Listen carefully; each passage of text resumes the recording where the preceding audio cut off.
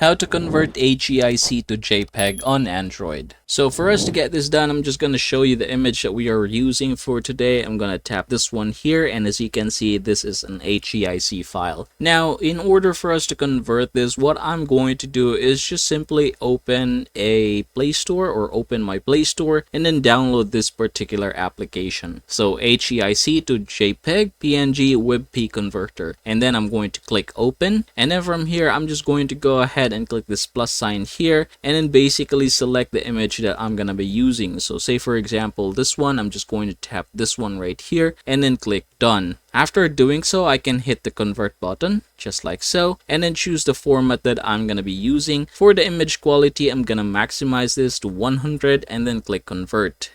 Alright, so seems like we are done. Let's go ahead and click view result. There you go. Now let's head over to our gallery as well.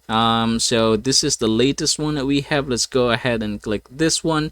And as you can see now, the format is JPEG. Now if we are going to scroll to the right, you should be able to see the original file. So it is this one, HEIC, and then this one is the converted file. So yep, that is basically how you are going to get this done. I hope this video helps you out.